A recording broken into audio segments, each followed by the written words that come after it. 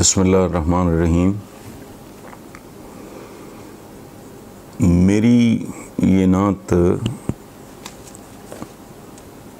میری زندگی کی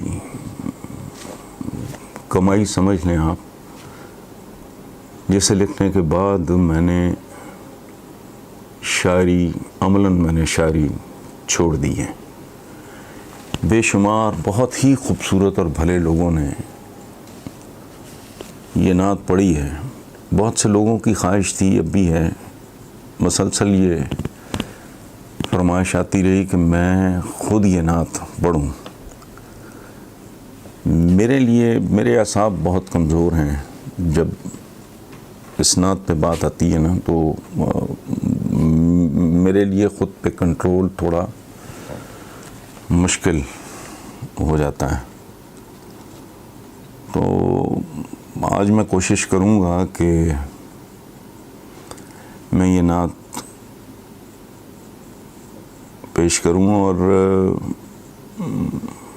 اور اعصاب پہ میرا کنٹرول رہے۔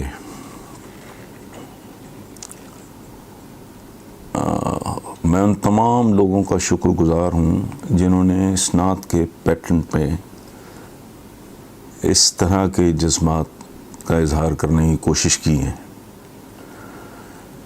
یہ نعت میں تھوڑا آپ کو پس منظر بتا دوں اتنا سا، یہ حضور کی زندگی کا، یہ آپ سمجھ لیں کہ سیرت ہے۔ یہ سلسلہ کچھ شعر اس میں آگے پیچھے ہو گئے ہیں جن کی ترتیب میں ٹھیک کر لوں گا۔ یہ ان کی یہ حیات طیبہ کا بیان ہے ایک طرح سے۔ اور ایک بات یہ میں عرض کروں کہ اس نعت میں شاید یہ واحد نعت ہے جس میں حضور کی تعریف کرنے کی جسارت نہیں کی گئی۔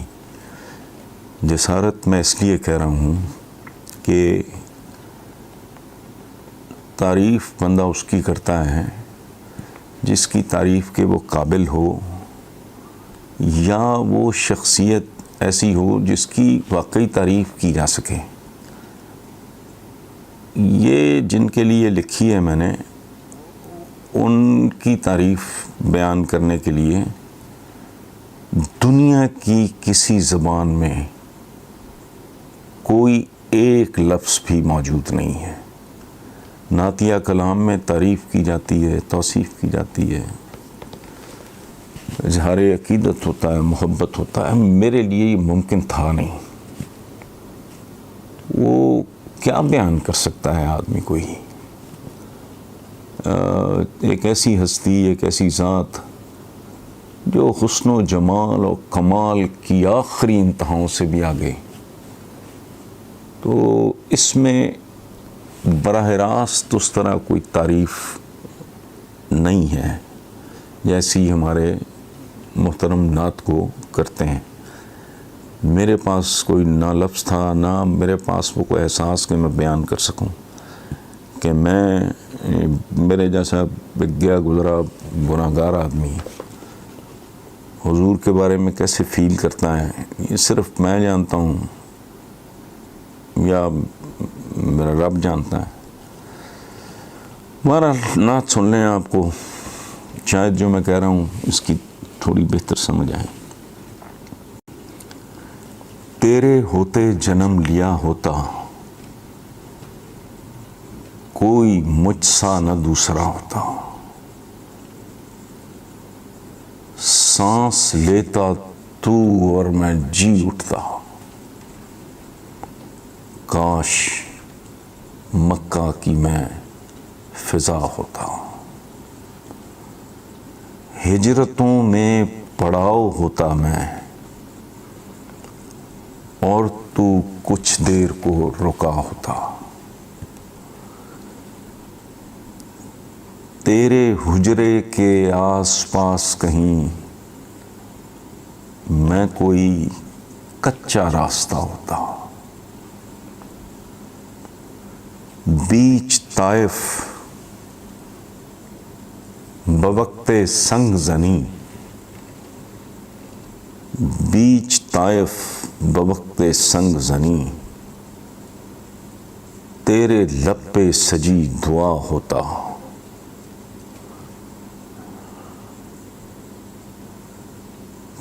کسی غزوہ میں زخمی ہو کر میں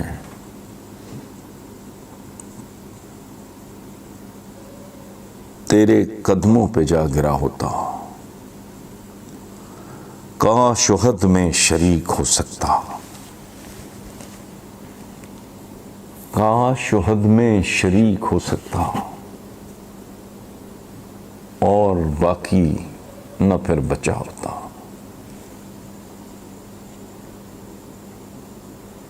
تیری کملی کا سود کیوں نہ ہوا، تیری کملی کا سود کیوں نہ ہوا، تیرے شانوں پہ جھولتا ہوتا۔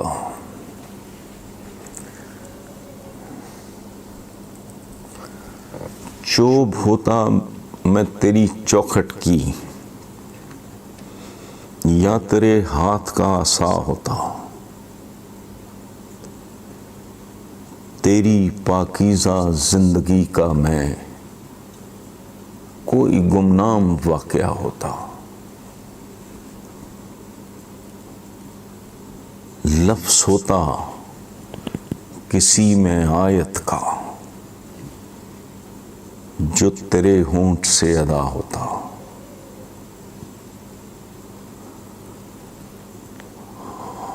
میں کوئی جنگجو عرب ہوتا،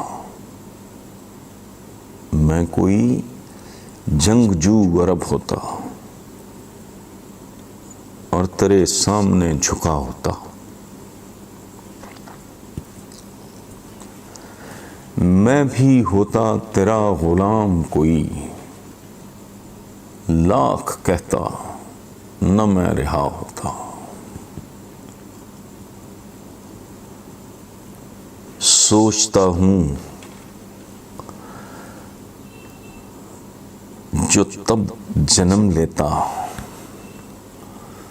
سوچتا ہوں جو تب جنم لیتا، جانے پھر کیا سے کیا ہوا ہوتا۔ چاند ہوتا تیرے زمانے کا،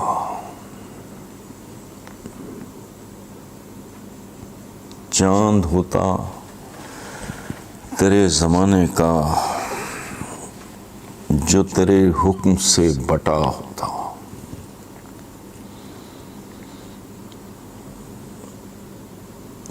پانی ہوتا اداس چشموں کا، پانی ہوتا اداس چشموں کا، تیرے قدموں پہ بہہ گیا ہوتا۔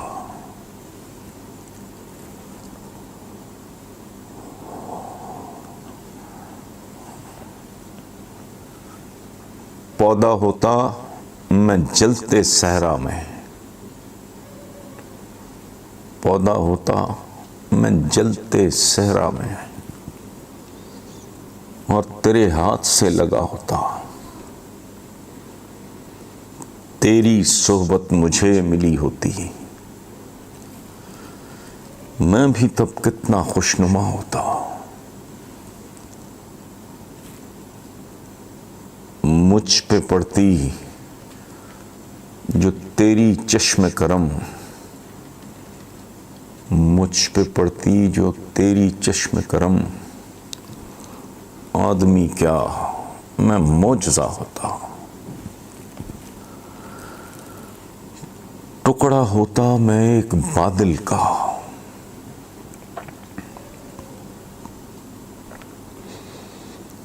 ٹکڑا ہوتا میں ایک بادل کا، اور تیرے ساتھ گھومتا ہوتا۔ آسماں ہوتا عہد نبوی کا، آسماں ہوتا عہد نبوی کا، تجھ کو حیرت سے دیکھتا ہوتا۔ خاک ہوتا میں تیری گلیوں کی، خاک ہوتا میں تیری گلیوں کی اور تیرے پاؤں چومتا ہوتا.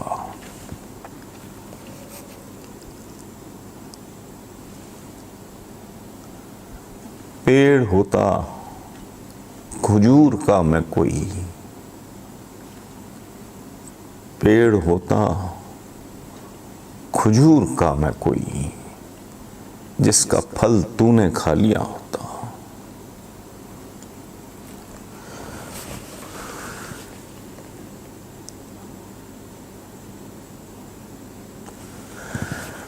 بچہ ہوتا غریب بیوہ کا، بچہ ہوتا غریب بیوہ کا، سر تیری گود میں چھپا ہوتا. رستہ ہوتا تیرے گزرنے کا، رستہ ہوتا تیرے گزرنے کا، اور تیرا رستہ دیکھتا ہوتا. بت ہی ہوتا میں خانہ کعبہ میں، بت ہی ہوتا میں خانہ کعبہ میں، جو تیرے ہاتھ سے فنا ہوتا.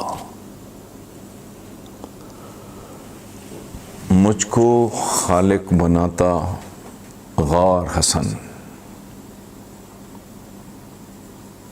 مجھ کو خالق بناتا غار حسن،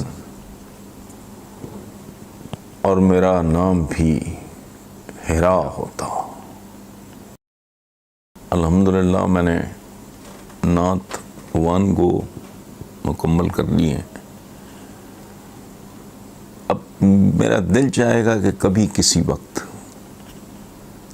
میں اس کے ایک ایک شعر کو تھوڑا ایکسپلین کروں کہ اس کا مطلب کیا ہے. موت کی خواہش کی اجازت نہیں ہے،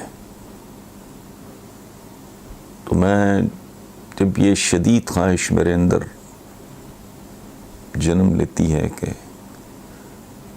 کاش احد میں شریک ہو سکتا اور باقی نہ پھر بچا ہوتا، تو یہ کیا ہے، یہ کیوں ہے. ایسے نا ایک ایک شعر کے پیچھے نا خاص طرح کی جو ایک انٹینس ایک شدید فیلنگ ہے، وہ کم از کم میں اپنے یوتھ کے ساتھ تو شیئر کر لوں.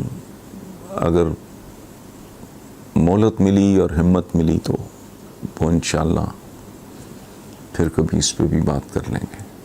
بہت مہربانی آپ لوگ.